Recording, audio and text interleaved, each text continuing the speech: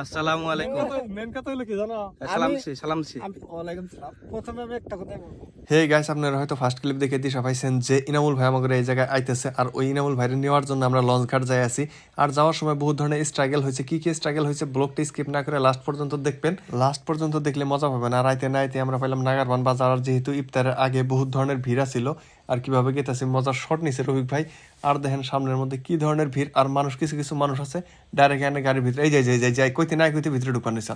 তো যে ভাই সবাই আর কি পার হইলাম। বাজার পার হইলে কি আর কাম হবো। এই দেখেন সামনের মধ্যে একটা বাঁশের ব্রিজ, আর এই 250 কেজির একটা বাইক বাঁশের ব্রিজ দিয়ে নিয়ে যাওয়া বহুত রিস্কি। যেহেতু স্পিড মোশনে গেতেছে ভালো লাগে গেতেছে, মনে হয় সাক্ষাৎ গেতেছে। তারপরে 20 টাকা নিবিলা ঠাস করে দিলাম। দেওয়ার পরে দেখেন এই রয়েছে আইফিল টাওয়ার। বহুতই মজা। কোনবা সময় ভাবছি যে ফিল্ম বানাইলে নিবিলা আঙ্গরে ট্রেলার চালামু, যেহেতু এখনো এলইডি সেলডি নাই। কোনবা সময় হয়তো হয়ে যাবো যেভাবে ডেভেলপ হইতেছে আঙ্গরে এরিয়া। কাব্যের সুখ দেখে কিন্তু আমাদের পুরো হিংসা হবে লাগছে। কাব্যে কু কু করে গান কবে লিখছে, আর ওই গানের তালা তালা কিন্তু এই চাচাফিরি বৈঠা মারি আছে। বৈঠা মারো রে, আর একটা কাব্য উড়ে গেছে, সেই ভাল লাগছে। তো তারপরে কি হল, টুটু ভাই ইনামুলকে একটা কল করিল। হ্যাঁ ভাই নামছাও? এই তো গাড়ি নামাবো। ঠিক আছে, এই যে 2-3 মিনিট আমরা পাইলাম আর কি। হ্যাঁ তাই গো। এই জায়গাতে কিন্তু টুটু ভাই ঢাসা একটা মিছো কথা কইছে 2-3 মিনিটের কথা।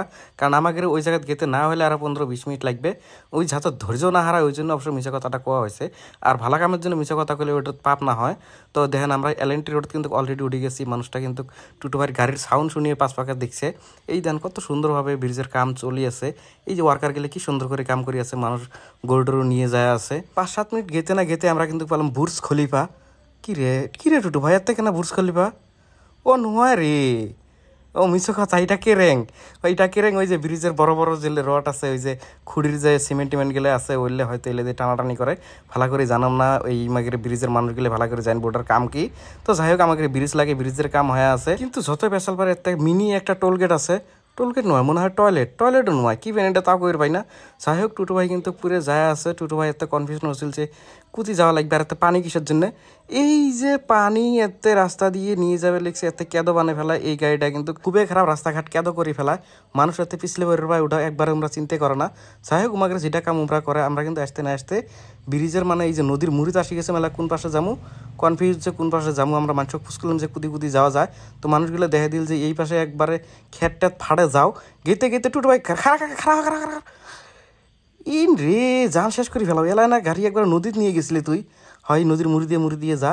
বাসরা বাড়ি পাইছম আমরা, কাশিয়ে বাড়ির মাছ দিয়ে যায় আসম।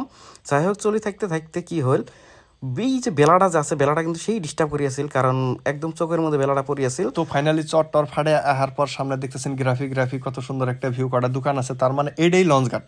আর এই জায়গা থেকে আমরা টার্গেট করে হাল দিছি। সাইডের মধ্যে হয়তো একটা 2টা মানুষ দেখতেছেন, আপনারা দেখেন না, আমি দেখছি ওই যে তো অনেকগুলো ওরা রয়েছে। কারণ আমার এবার লাগলো, কারণ সামনের মধ্যে কোনো গাড়ি টাড়ি নাই। তো আমরা ওই কথা মতো কাম গেতেছি যাওয়ার পরে দেখেন এই যে ইনামুল ভাইয়ের কাম কি ও মুতপান্ন হয়েছে। আনফরচুনেটলি আমরা ডাইরেক্ট গাড়ি ঢুকিয়ে দিছি। আসসালামু আলাইকুম। মেন কথা হলো কি জানো, সালাম দিছি। ওয়ালাইকুম সালাম। প্রথমে আমি একটা কথা বলবো। হ্যাঁ, যে যেডি মানুষকে আমি ধরছি, হ্যাঁ তোমার নাকাল দূরে কি আরাম পাইছি রে, বুঝা রইছি না। আসো একদম রিয়েলি হয়ে যাচ্ছে। এটা ধর একদম অস্ট্রেলিয়ার গাইঠে একদম। এই বাইরে তোরা বেশি মজা পাতা না, তোমার একবার অন্তরের ভিতরে ঢুকে গেছে। অসভ্য কথা কস তোরা। দোস্ত ভালো আছেন? এগারো নিয়ে এলাম আমার দোস্ত, মানে কি কয় লঞ্চের মধ্যে মাঝে মাঝে চাকলে তখন রোজার দিন জন্য খেলে হার না।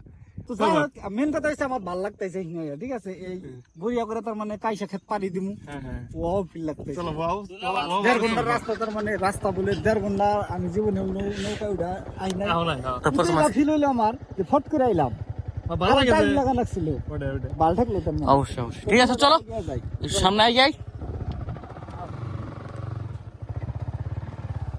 এত থেকে আমরা বের হয়ে কাশিয়ে বাড়িটারি সারি যায় আসং।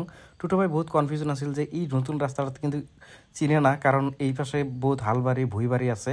তো আসতে না আসতে আমরা কিন্তু অলরেডি ভুইবাড়ি পায়ে গেলাম। তারপর একটা মানুষকে আমরা পুষ করলাম যে কুদি যাওয়া লাগে, মানুষটা দেখে দিল। ওই পাশ দিয়েও আসতে কিন্তু আমরা কি পেলাম আর একটা ভুইবাড়ি। তারপরে আমরা গাড়িটা ঘুরিয়ে নিয়ে তারপর যাওয়া শুরু করলাম। রাস্তাটা কিন্তু অবশ্য বহুত মজার না, সুন্দর একটা রাস্তা। এই রাস্তা দিয়ে আসতে কিন্তু আমরা এলএনটি পায়ে গেলাম। আমরা অলরেডি এলএনটিতে উঠছম। বিরমল ভাই ঘটনা হলো এটা হইতেছে এলএনটি রাস্তা, এলএনটি মানে কি অ্যাকচুয়ালি ধুবড়ি ফুলবাড়ি যেটা ব্রিজ, এনটা একদম পুরোপুরি চড়াচাল, এটা একদম পুরো রাস্তা মানে মেক করছে কইরাই যখন ধরনের যত ধরনের খুঁড়ি ছুটি দেখতে চাও, এটাই মানে আর কি মেন ব্রিজ স্টার্ট হচ্ছে। যতটুক ব্রিজের বিষয়ে জানি অতটুক থুলমূল ভাবে ইনামুল ভাইরে কইলাম, করার পরে যেহেতু আঙ্গরের হাতে বহুতই সংক্ষিপ্ত একটা সময় আছিল, তো আমরা ভাবলাম যে ব্রিজের লাস্ট দিয়ে যাবো, কিন্তু ওটা হইলো না কারণ ইফতার পার হয়ে যাব। তো ইনামুল ভাইরে কইলাম যে ঠিক আছে অন্যদিন আমরা ব্রিজের লাস্ট পার্টটা ঘুরে সবকিছু এক্সপ্লোর করবো। তো আজকে আমরা ডাইন সাইড দিয়ে একটা রাস্তা আছে, এই রাস্তা দিয়ে ডাইরেক্ট আঙ্গের বাড়ি জায়গা, যেহেতু আর 15 মিনিট সময় আছে। তো যদি ব্লগটা ভালো লাগে থাকে তাহলে অবশ্যই মানে আর কি আঙ্গের ফেসবুক পেজে দেখে থাকলে ফলো করবেন, আর ইউটিউব চ্যানেল দেখে থাকলে সাবস্ক্রাইব করবেন। Love you, bye by.